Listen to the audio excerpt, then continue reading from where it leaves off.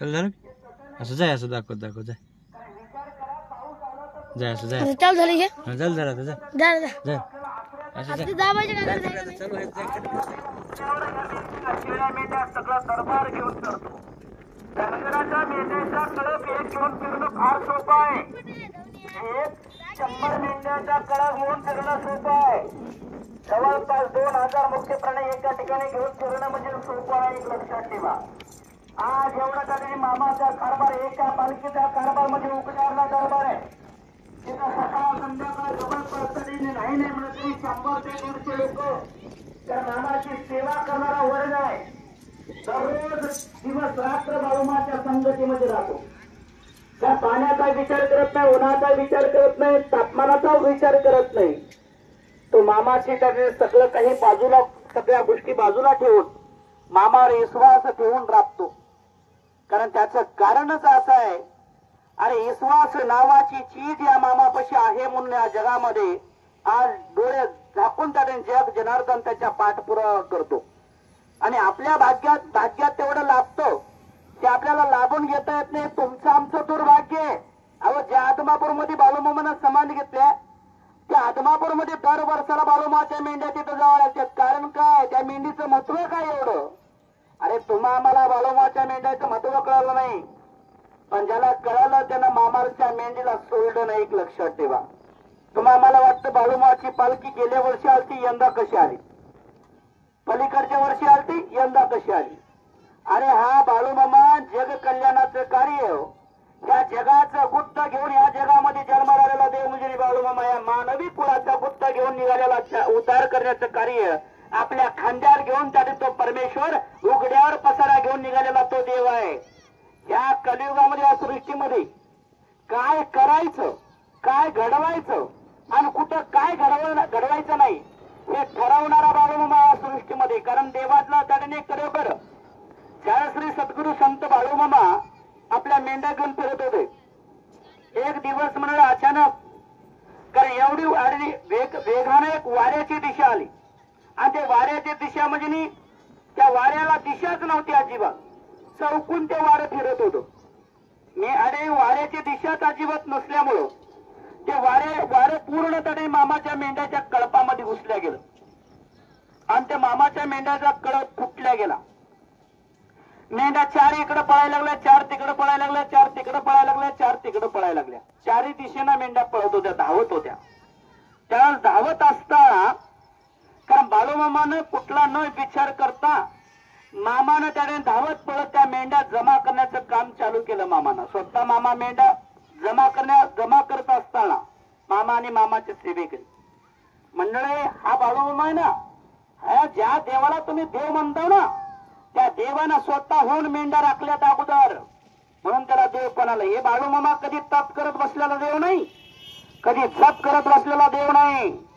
ह्या देवानं स्वतः कष्ट केलेलं आहे म्हणून मामाला सांगितलं रे, कारण ज्याला देव पाहिजे ना कष्टातून देव निर्मिती करा म्हणतो. देव या काळामध्ये जर देव पाहिजे असेल तर देवाला सुद्धा कष्टातून आपल्याला आपल्याशी करण्याचा प्रयत्न करा म्हणतोय.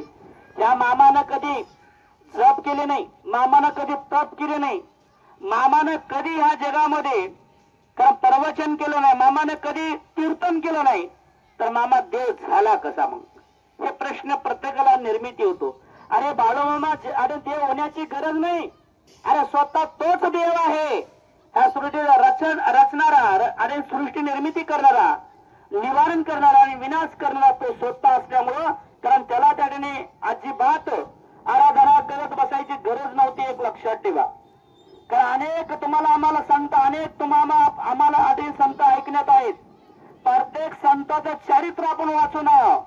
अरे प्रत्येक संत त्याने खरोखर देवाच्या नाव आणि देवाच्या पुढे आराधना करत बसलेलं आहे. प्रत्येक देव देवाची आराधना करत बसलेला आहे. पण हा बाळूमामा आराधना करणारा देव नाही, कष्ट करणारा आणि कष्टातून देव निर्मिती करणारा तो म्हणजे मामा. एक लक्षात ठेवा. म्हणून त्याच्यासाठी त्या मामाला आज जग जनार्दन देव म्हणून पुजतं. कारण अनेकाला वाटतं बाळूमामा संत असेल, अनेकाला वाटतं बाळूमामा महाराज असेल. अरे हा बाळूमामा महाराज बी नाही आणि संतही नाही, तो स्वतः जग सृष्टी निर्मिती करणारा तो आहे स्वतः. कारण तो म्हणतोय अरे तो मीच आहे, दुसरा कोणी नाही म्हणतोय. ज्यावेळेस मेंढ्या इकडे तिकडे पसरायला लागल्या तर मामाला कुठलाच न मनात संकोच आणि संशय न ठेवता धावत पळत मेंढ्या एका ठिकाणी केल्या. मामाच्या डोक्याचा जरीचा पेटा पळत असताना धावत असताना त्याचा तागुटा निसटला आणि तो पेटा खाली पडला. मामाने ते पेटा जागेवर सोडून दिला. मामा पळत असताना पायातलं पायतन मामाचे आणि घाम फुटला पायाला आणि तो पायतन निसटलं. ते पायतन सोडायला गेलं मामाला जागेवर. मामाच्या हातातली काठी, हाताला घाम आला, काठी सुद्धा निसटली, काठी सोडून दिली. मामा धावत पळत तिन्ही वस्तू जागेवर सोडून दिल्या. खंड्याला घोंगडे पडलं. मामा धावत पळत सगळ्या मेंढ्या एका ठिकाणी केल्या. मामाला का ते त्या वाऱ्याची दिशा, वाऱ्याला शांत करण्याची ताकद एवढी नव्हती का मामापाशी? मामापाशी सर्व सामर्थ्य तेवढंच होतं. पण मामा वेळ आणि प्रसंगानुसार स्वतःच्या सुखासाठी कधीच मामानं काही केलं नाही. जगाच्या सुखासाठी मामाने केलेलं आहे, जगाच्या कल्याणासाठी मामाने केलेलं आहे. पण मामानं आज बाळूमामा देव होता, पण मामा जोपर्यंत जन्माला आले आणि मामानं जोपर्यंत या पृथ्वी तलावर फिरले तोपर्यंत मामाने एक पाऊल सुद्धा जागा अजिबात आपल्याशी जवळ केली नव्हती. एक लक्षात ठेव, एक पाऊल. ज्या दिवशी समाधी घेतली ना, 4 सप्टेंबर 1966 ला बाळूमामानं समाधी घेतली, त्या दिवशीपासून या जगाला मी कोण आहे त्याची जाणीव करून द्यायला सुरुवात केली. एक लक्षात ठेवा, अरे मी एक भगवंत आहे, मी एक देव आहे ह्याची जाणीव करून द्यायला सुरुवात केली. आज जर बघितलं 4 सप्टेंबर 1966 पासून आज जर बघितलं तर एका आमुष्याला जवळपास 3-4 लाख लोक जमा होतात. पाऊल टोवायला जागा आणि अजिबात भेटत नाही. पाऊल टोवायला आम्ही काय बाळूमामाला ओळखीत आहोत? या जगामध्ये बाळूमामाला ओळखणारा वर्ग लय मोठा आहे.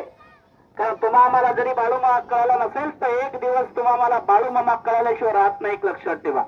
तर मंडळी, ज्यावेळेस बाळूमामानं सगळं मेंढ्या एका ठिकाणी केल्या आणि मेंढ्या एका ठिकाणी केल्याच्या नंतर ते मामानं आपला फेटा, आपलं घोंगडं, आपले पायतन, आपली काठी सगळं एका ठिकाणी केलं मामानं. आणि त्या घोंगड्यामध्ये त्याचं गठोडं बांधलं आणि गठोडं बांधून एका बांधावर ठेवलं आणि भली मोठी लांबणीची काठी घेतली आणि त्या गठोड्याला दनादन त्या काठीनं मारायला सुरुवात केलं.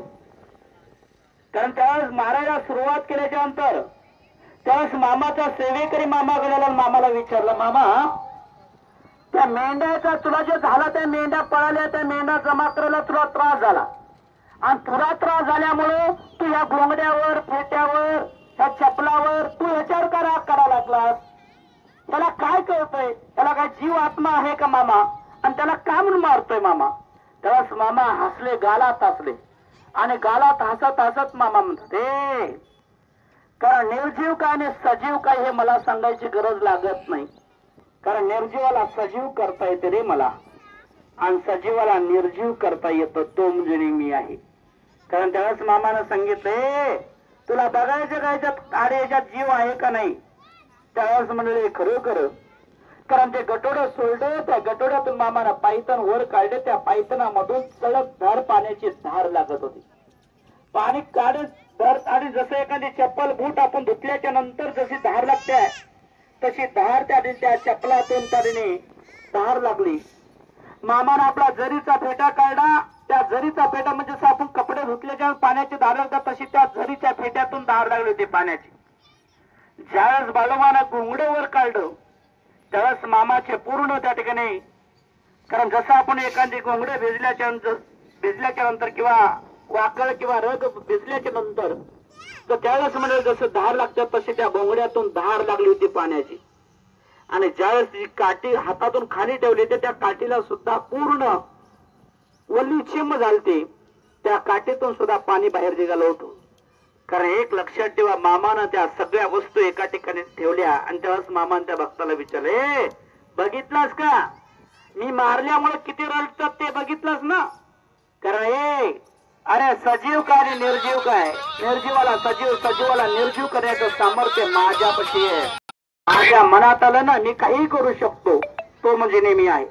तर त्या माझ्या आज्ञेशिवाय सोडायची नाही. जेव्हा माझी आज्ञा येईल ना तेव्हा ती जागा सोडायची, नाही तर जागा सोडायची नाही, असं मामानं सांगितलं.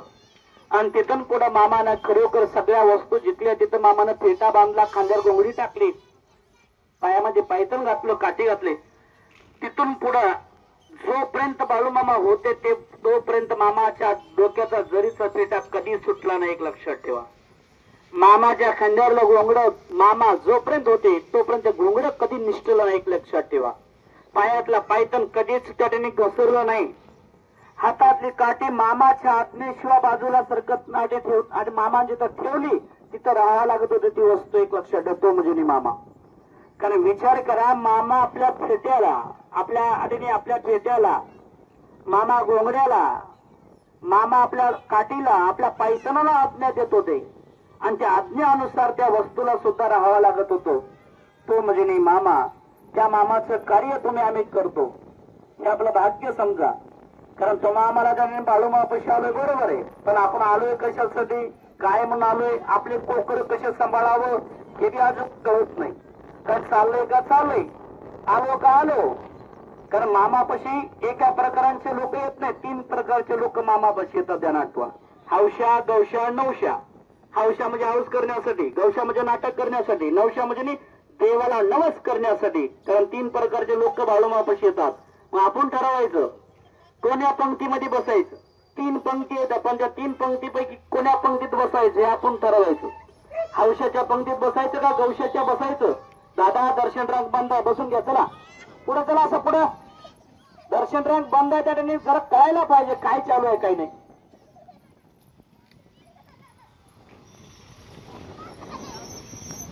पुजारी सांगता येत नाही का देतो तुम्हाला, तोंड दिलं ना देवानं.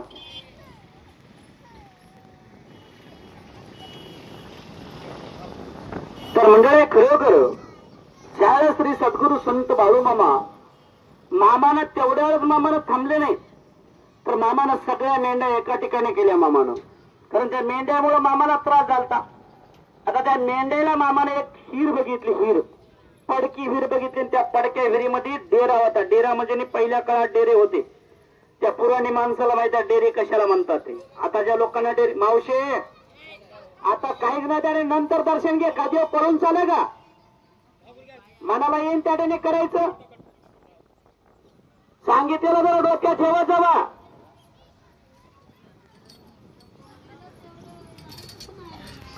लोक कशासाठी बसलेत, आपण काय करायला लागलो हे समजून घ्यायचं. कधी बी मनोमनी चालत नाही, ध्यानात ठेवायची. तर काय बी पटलं तर ताडील संगत करायची मामाची, नाही पटलं तर काही अडचण नाही त्या देवाला.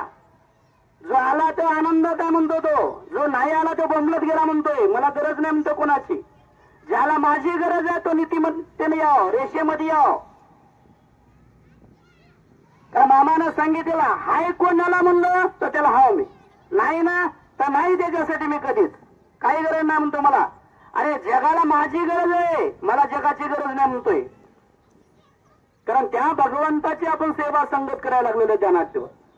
तर बाळूमामानं त्या ठिकाणी खरोखर मेंढ्या, ह्या ज्या मेंढ्या आहेत ना आजच्या, त्या मेंढ्याला बाळूमानं त्या ठिकाणी पडक्या हिरीमध्ये टाकला, पडक्या हिरीमध्ये.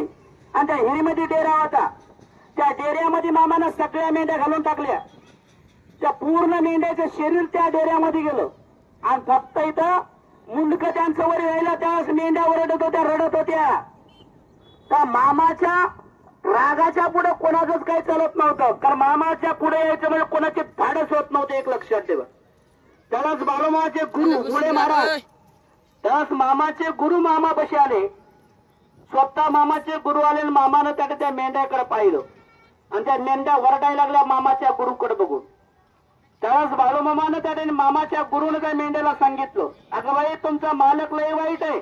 काय, तुमचा मालक लय वाईट आहे आणि तुमच्या मालकाला जराही त्रास झाला तर सहन होत नाही.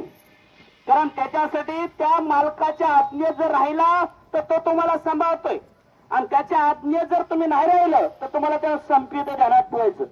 कारण त्याचा राग लय वाईट आहे, त्याच्या पुढे यायची आमची सुद्धा ताकद नाही म्हणतोय मामाचा गुरु. कारण विचार करा, गुरुपेक्षा शिष्य किती मोठा होता. कारण जो गुरु म्हणून त्यांनी मुळे महाराज म्हणून आपला शिष्य म्हणून म्हणत होते ना, त्या गुरुला सुद्धा मामानं सोडलं नाही. मामा आणि मामाच्या गुरुची आणि भेट जेव्हा झाली त्यावेळेस मामा भेट होण्याच्या अगोदर मामाच्या गुरुनं, मामा मेंढ्या राखत होते आणि मामाला मेंढ्या राखत असताना आकाशवाणी झाली. की बाळो तू हे गुरु करून घे, गुरु करून घे. गुरु केल्याशिवाय तुझ्या तपश्चर्याला फळ येणार नाही. त्यावेळेस मामानं आकाशवाणीकडे पाहिलं. मामा काय म्हणतात, हे कोण आहे रे, मला सांगणारा कोण आहे. त्या भाषेत मामा बोलत होता त्याला ठेवा. मग विचार करा, आकाशवाणी मामाला सांगायला लागलेले आणि त्या आकाशवाणीला मामा काढला, हे कोण आहे रे. हे विचार करा बाळू मामा देव कसा असेल. त्या आकाशवाणीला मामाने विचारणारे कोण आहे. अरे होय होय बाळू, तू आता गुरु करून घेतला पाहिजे, गुरु केल्याशिवाय तुझ्या तपश्चर्याला फळ नाही. त्यावेळेस मामानं सांगितले, अरे मेंढ्या राखू का गुरु उडकी फिरू. आता मी मेंढ्या राखू का गुरु उडकी फिरू.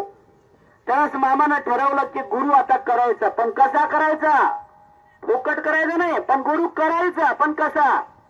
इथून पुढे जे मी इथून पाठीमागं गोर गरीब लोकांची भूत पिशा फुकट काढत होतो ना, तुमची आमची पिढा मामा पहिले फुकट काढत होते.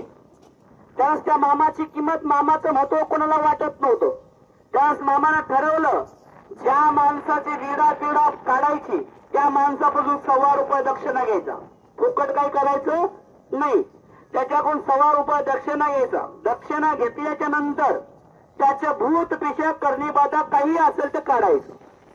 मग त्यावेळेस मामानं सांगितलं, ज्या माणसाची भूत पिशा काढून जी ₹1.25 दक्षिणा जमा करेल, ज्यानं मला दक्षिणा मागून घेईन. गुरु बघा कसा करायला मामा, ज्यानं माझा दक्षिणा, मला दक्षिणा ज्यानं मागून घेईन तो माझा गुरु. नुसता एवढ्यावरच नाही, मी जेवढी रक्कम जमा केली आहे, कारण ती रक्कम ओळखली पाहिजे त्या गुरुनं, तर तो माझा गुरु. नाही तर गुरु नाही. कारण जो मला ती रक्कम मागून घेईन त्या रकमेचा आकडा सांगेल तो माझा गुरु. असं मामानं ठरवलं आणि मामा प्रत्येक माणसाकडून ₹1.25 दक्षिण घ्यायला लागले. आणि ते दक्षिणा घेऊन मर्ग्या नावाच्या सेवेकऱ्यापाशी जमा केली. एका मंदिरामध्ये सुंदर अशी बासुरी वाजवत बसलेले मुळे महाराज होते. त्या बासुरीच्या आवाजानं मामा त्या मंदिरामध्ये गेले आणि अरे देवाला नमस्कार केला. ज्यावेळेस त्या महाराजाला योग्याच्या कोणा योग्याला कळत असतं त्याला ठेवा, त्यावेळेस मामानं खरोखर त्या मुळे महाराजाला नमस्कार करत असताना मुळे महाराज पाठीमागे सरकले आणि मुळे महाराज म्हणतात, हे काय करतोयस बाबा. त्यावेळेस बाळूमा म्हणतात, मी आशीर्वाद घेतोय. आशीर्वाद मी कोणाला फुकट देत नाही. बघा मामाचा गुरु सुद्धा, मी आशीर्वाद कोणालाही फुकट देत नाही, मी जातीनं शिंपी आहे. बघा मामाच्या गुरुनं सुद्धा जात सांगितली, मी जातीनं शिंपी आहे. अरे फुकट कोणाचं काज बटन करत नाही, फुकट कोणाचं काज बटन सुद्धा करत नाही, तो मी आहे. कारण त्याच्यासाठी आशीर्वाद फुकट देणार नाही. मला माझा दक्षिणा दे तेव्हा मी तुला आशीर्वाद देतो. मामानं सांगितलं, बर मी दक्षिणा देतो, पण ते दक्षिणा देण्याच्या अगोदरच, कारण कितीतरी दक्षिणा द्यायचा, किती आहे दक्षिणा ते तरी सांगा. तर त्यावेळेस मामाच्या गुरुनं सांगायला सुरुवात केली. एका माणसापासून एका माणसाला ₹1.25 दक्षिणा घेतला असतो. एका माणसापासून ₹1.25 दक्षिणा घेतलास, भूत पिशा करणी बाधा काढायचा. असे मिळून, कारण त्याने तू सगळे पैसे मर्ग्या नावाच्या सेवेकऱ्याच्या जवळ ठेवलास आणि ते पैसे मला दे, मी तुला आशीर्वाद देतो. त्यावेळेस ते पैसे गुरुसाठी ठेवले होते. त्यावेळेस मामानं सांगितलं, बरं होय रे गुरु, मी तुला पैसे देतो, पण ते किती आकडा आहे ते तरी सांग, कितीतरी आहे ते सांग. तर त्यावेळेस अरे खरोखर मुळे महाराजांनी सांगितलं, ₹120 मला दे, मी तुला आशीर्वाद देतो. त्यावेळेस म्हणजे खरोखर मर्ग्या नावाच्या सेवेकरला, मामाला सुद्धा आकडा माहित होता. मर्ग्या नावाच्या सेवेकरला मुद्दाम त्या ठिकाणी, जसं आपण एखाद्या माणसाला पैसे देतो ना, त्याला तिरायत म्हणून एखाद्याला ठेवतोय, कबुली म्हणून एखाद्याला ठेवतोय मधावर, तसं मामानं, मामाच्या गुरुनं आणि मामाने एक तिरायत माणूस मला ठेवला होता. मानवी कुळात जन्माला आलेला माणूस ठेवला होता. तर त्या माणसाला सांगितलं, पैसे मोजले किती आहेत. तर त्या मर्ग्याच्या काटोड्यामध्ये ₹120 होते. त्यावेळेस ते पैसे मामानं दर्शन घेतलं आणि आज त्या दिवशी ठरल्या गेलं, त्या दिवशी मामाचा गुरु मुळे महाराज झाले. पण मामाचे गुरु काय म्हणतात मामाला, बघा, ए बाळू, अरे जगाला दाखवण्यासाठी तू मला गुरु करून घेतो, जगाला दाखवण्यासाठी मला गुरु करून घ्यायला लागला. माझा सुद्धा देव आहेस, माझा सुद्धा तू देव आहेस, लिंगायत धर्माचा लिंगायत देव आहेस तू, आणि तू माझा सुद्धा देव आहे ध्यानात ठेव. म्हणजे मी जो गुरु मामाचा आहे ना, तो गुरु म्हणतो मामाला देव ध्यानात ठेवा. मग तुम्ही आम्ही तर सोडून द्या, हे विषय लांब आहे आपला तुमचा आमचा. म्हणून त्याच्यासाठी बाळूमामा म्हणजे एवढं, कारण छोट्या नाण्याची आणि मामाचं कार्य नाही. मामा हा फार वेगळा देव म्हणजे नाही बाळूमामा, एक लक्षात ठेवा. तर मंडळी खरोखर मामाच्या गुरुनं मामाला सांगितलं, बाळू हे भुतारीचे पैसे, लोकांना पिढ्या काढलेले पैसे, हे पैसे मला पचणार नाही. हे पैसे मी तर हे पैसे घेऊन जातो आणि हे पैसे घेऊन पंढरपूरला जाऊन पांडुरंगाच्या दरबारात आंधळ्या पांगळ्याला वाटून टाकतो. हा मामाला शब्द दिला. मामानं दक्षिणा दिला. ते दक्षिणा घेऊन मामाच्या गुरुनं ते 120 रुपये स्वतःच्या प्रपंचामध्ये खर्च केले. आता मला सांगा, स्वतःच्या प्रपंचात खर्च केले कोण? मामाच्या गुरुनं. तर मामाच्या गुरुला काही व्हावं का? काही होऊ नाही पाहिजे. मामाचे गुरु आहेत ना ते. पण मामानं आपल्या मामाच्या गुरुला सुरुवात केलं. मामानं काय केलं? तर मामाच्या गुरुला संडास उलट्या मामाच्या गुरुला मामानं लावल्या अगोदर. आणि एवढ्या संडास उलट्या चालू झाल्या की मामाच्या गुरुला 3 दिवस सारखं त्रास चालू होता. कारण 4थ्या दिवशी मामाचे गुरु जिथं झोपले होते तिथं आपल्या छातीवर दोन्ही हात ठेवले मामाच्या गुरुनं आणि आठवण केली आपली काय चूक झाली. ज्यावेळेस आठवण केली त्यावेळेस त्यांना शब्द दिलेला चुकला, शब्द दिलेला खोटा झाला. म्हणून त्याच्यासाठी कारण मामाच्या गुरुला संडास उलट्या झाल्या त्यावेळेस मामाच्या गुरुनं सांगितलं, बाळू मला माफ कर, मला माफ कर, मी चुकलो. अरे हे दान दुपटीनं पैसे जमा करतो आणि पंढरपुरामध्ये संडास उलटी जागेवर थांबल्या गेली. तो मामा आहे. हे मामा सोपा नाही. हे तुम्हाला वाटतं सोपा आहे पण हा सोपा नाही, एक लक्षात ठेवा. तर त्यावेळेस मामानं त्या मेंढ्या पडक्या हिरीमध्ये घातल्या. त्यावेळेस मामाचे गुरु आले आणि मामाचे गुरु त्या मेंढ्याला सांगायला लागले, अगं बाई तुझा मालक लय वाईट आहे, त्या मालकाला कशाला त्रास देतीस तू? जर त्या मालकाच्या शब्दानुसार राहिलीस तर तुला सुख आहे बा. जर त्या मालकाला त्रास झाला ना त्यांना तुला त्रास दिल्याशिवाय राहत नाही. तर त्यावेळेस मामाच्या गुरुनं मेंढ्याला बोलायला लागलं. त्या मेंढ्यानं सांगितलं, आम्ही इथून पुढे बाळूमामा सांगते तसंच आम्ही वागतो, पण मामाच्या शब्दाच्या पुढे कधी जाणार नाही. ठरल्या गेलं, वायदा झाला आणि वायदा झाल्याच्या मौले महाराज मामाकडे आले आणि मामाला सांगतात, हे बाळू तुझ्यानं शेळ्या मेंढ्या चारणं होत नाहीत, हे सांभाळणं होत नाहीत ना, जग कल्याणाचं कार्य तुझ्यानं जमत नाही ना, तू एक काम कर, ग्रंथाचं बघ. तुम्ही जे ग्रंथ वाचता ना ते ग्रंथाचं मामाचे गुरुजी काय म्हणतात बघा. तर मामाला म्हणतात तू ग्रंथ आणि देव आणि संताचा आणि ह्या महाराजाचं तू बघ, मी बघतो या जग कल्याणाचं कार्य. कारण हे जे मामाचे गुरु आणि मामा आहेत का नाही हे सृष्टी चालक आणि मालक आहे, ध्यानात ठेवायचं कधी. तर म्हणजे खरोखर मामाचे गुरु मामाला म्हणायला लागले, अरे बाळू तू या पृथ्वीतला अवतार घेण्याच्या अगोदर मला वचन दिला होतास की हा मानवी कुळाचा अवतार करतो, ह्या मुख्य प्राण्याचा सांभाळ करतो आणि आज तुझ्याना जमत नाही म्हणून तो त्याने बाजू देतोय. त्यास मामाचे विचार बदलले आणि मामा रागाच्या भरातून शांत झाले आणि मामानं सांगितलं काही अडचण नाही, त्यांचा मी सांभाळ करतो, त्यांचा उद्धार करतो, परंतु माझ्या शब्दाच्या पुढे गेलं तर मी याला अजिबात ठेवत नाही. त्यावेळेस मंडळी खरोखर मामाचा आणि मामाच्या गुरुचा वायदा ठरला की या सृष्टीमध्ये ह्या कर्तव्यातला मानवी कुळ, मानवी धर्माचा आणि मुख्य प्राण्याचं हे कारभार बाळूमामाकडे दिला आणि देव आणि संत, देव संत आणि महाराज हे जे आहेत ना, संत तुम्ही आम्ही म्हणतो ना जे आपण देव म्हणतात, त्यांचं हे पोथी पुराण ग्रंथाचं काम पूर्ण मामाच्या गुरुकडे मुळे महाराजाकडे ध्यानात ठेवा. कारण हे मुळे महाराज ग्रंथ संत आणि देव पाहतात आणि मामा ही पृथ्वी मानवी धर्म आणि मुख्य प्राण्याचं सुख दुःख सगळं मामा पाहतात, एक लक्षात ठेवा. त्या विचारानं त्या कार्यानं कारण मामाचा नियम ठरल्या गेला, दोघांचा वायदा ठरल्या गेला आणि तिथून पुढे त्या कार्याला त्या मेंढ्याच्या पाण्यामध्ये होत्या त्या मेंढ्या पूर्ण बाहेर काढल्या मामानं आणि त्या मेंढ्याचा कारभार घेऊन मामा निघाले. मामानं सांगितलं इथं मेंढ्या चरल्या पाहिजे ह्याच वावरात, तर तिथंच मेंढ्या चरणार. मामानं सांगितलं त्या वावरात जायचं नाही तर अजिबात त्या वावरातून मेंढ्या घ्यायचं, पिकाला तोंड लावित नव्हत्या मामाच्या मेंढ्या. कारण तो म्हणजे नाही मामा. आजही त्याच मेंढ्या मामाच्या ध्यानात ठेवायचं. कारण तुम्ही आम्ही जर सांगितलं तर ते तसं होणार नाही. जेव्हा मामा आज्ञा देतील तेव्हा तसं होणार, एक लक्षात ठेवा. कारण मामानं सांगावं ती आज्ञा, कारण मुख्य प्राणी सुद्धा मामाच्या मेंढ्या सुद्धा ती आज्ञा पाळतात, तो म्हणजे नाही मामा, एक लक्षात ठेवा. त्या मामाची सेवा, त्या मामाची भक्ती तुम्ही आम्ही करतो, हे आपलं भाग्य समजा. आणि भाग्याप्रमाणे मामाची सेवा आराधना करण्याचा योग तुम्हाला आम्हाला लाभला. आज मामाचा उत्सव आपल्या गावातून मरावाळी ह्या गावात मामाचा मुक्काम जाणार आहे. पण एक ध्यानात ठेवा, किंवा तुमच्या गावामध्ये नरशी ह्या गावामध्ये इकून इकडे कुठली दिंडी जात असेल तर मुक्काम करत असेल, इकून इकडे कुठली दिंडी जात असेल तिथं मुक्काम करत असेल, इकून इकडे दिंडी जात असेल तिथं मुक्काम करत असेल. पण एक ध्यानात ठेवा, ही बाळूमामाची पालखी आहे. ध्यानात ठेवायचं, बाळूमामाच्या मुख्य प्राणाचा सोहळा आहे.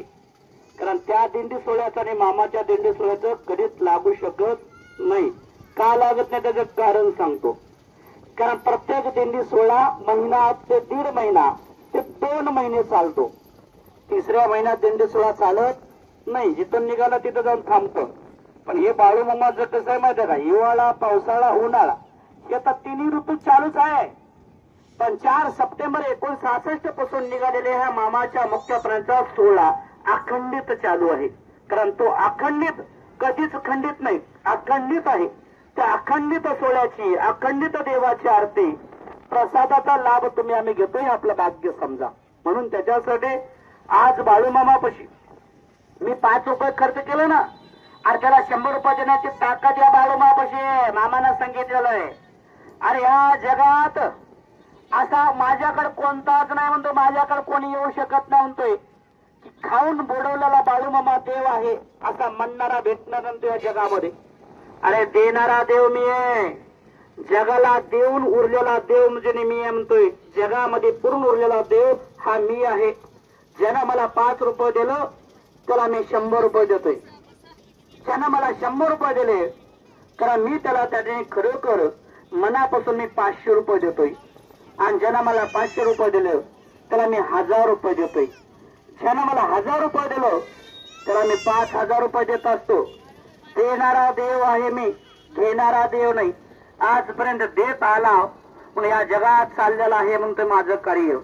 म्हणून त्याच्यासाठी काळजी घ्या आणि काळजीप्रमाणे सेवा करा, भक्ती करा.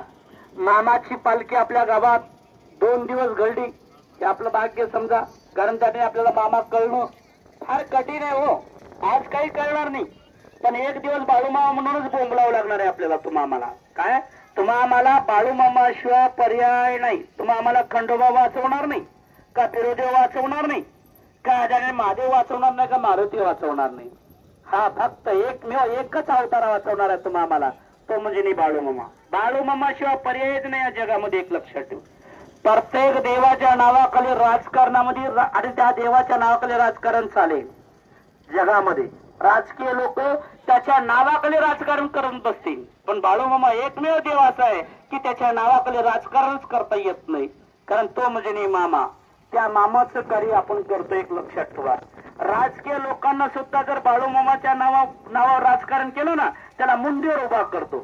बघ, दुसरी वेळेस माझं नावच घेऊ नये देणं, कारण तो म्हणजे मामा. एक लक्षात ठेवायचं. म्हणून त्याच्यासाठी सगळ्या गोष्टीतून अलिप्त राहून कार्य करणारा देव म्हणजे बाळूमामा आहे. त्याला जात पात धर्म लागत नाही, राजकारण लागत नाही. तो निष्ठेचा, भावनेचा आणि भक्तीचा देव म्हणजे बाळूमामा. तुम्ही किती श्रीमंत, त्याला काय घेणं नाही. अरे माझ्या एवढा श्रीमंत या जगात कोणीच नाही म्हणतोय मामा. काय जगामध्ये श्रीमंतच मी आहे, माझ्या पुढे कोणी श्रीमंत नाही म्हणतो. एक लक्षात ठेवा, अरे जगाला देणारा देव मी आहे. अरे मी जगाच्या पुढे हात पसरणारा देव नाही, जग माझ्या पुढे हात पसरतो तो म्हणजे नेहमी आहे म्हणतो. एक लक्षात ठेवा, कारण त्या भगवंताची आराधना, त्या भगवंताची सेवा, भक्ती करतो हे आपलं भाग्य समजा. त्यासाठी भगवंताची आरती बेन सर्वांना दोन्ही हातांनी टाळी वाजून भगवंताच्या नावाची जप करा. हरे राम राम राम हरे रे, हरे कृष्ण कृष्ण कृष्ण हरे हरे.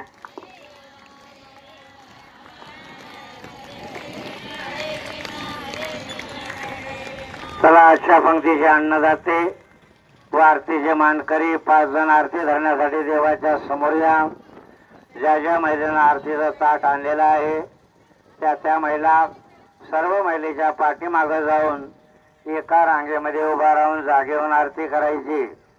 तसेच घोडेवाले, ढोलवाले, कैतालवाले व आरती म्हणणारे सर्वांनी आरतीसाठी सज्ज राहावं. चला, बाळूमामाचे पूर्ण सेवेकरी जे आजूबाजूला थांबलेले आहेत सर्वांनी देवाच्या समोर या.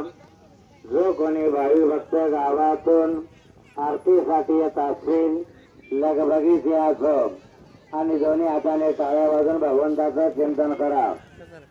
हरे राम राम राम हरे हरे. हरे कृष्ण कृष्ण कृष्ण